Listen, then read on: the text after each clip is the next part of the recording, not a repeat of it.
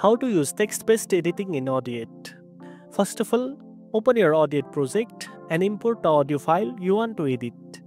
Audiate automatically transcribes your audio into editable text, which makes the editing process simple and fast. You will see the full transcript on the screen, and any changes you make to the text will reflect directly in the audio timeline. Next, to remove unwanted words or section, simply highlight the text you want to cut out and press delete. Audiate will automatically remove the corresponding audio, so you don't need to worry about manually trimming the waveform.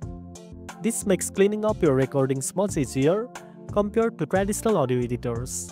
Then, if you want to rearrange parts of your audio, just cut and paste text like you would in a document. Audiate adjusts the audio accordingly, saving you time and effort.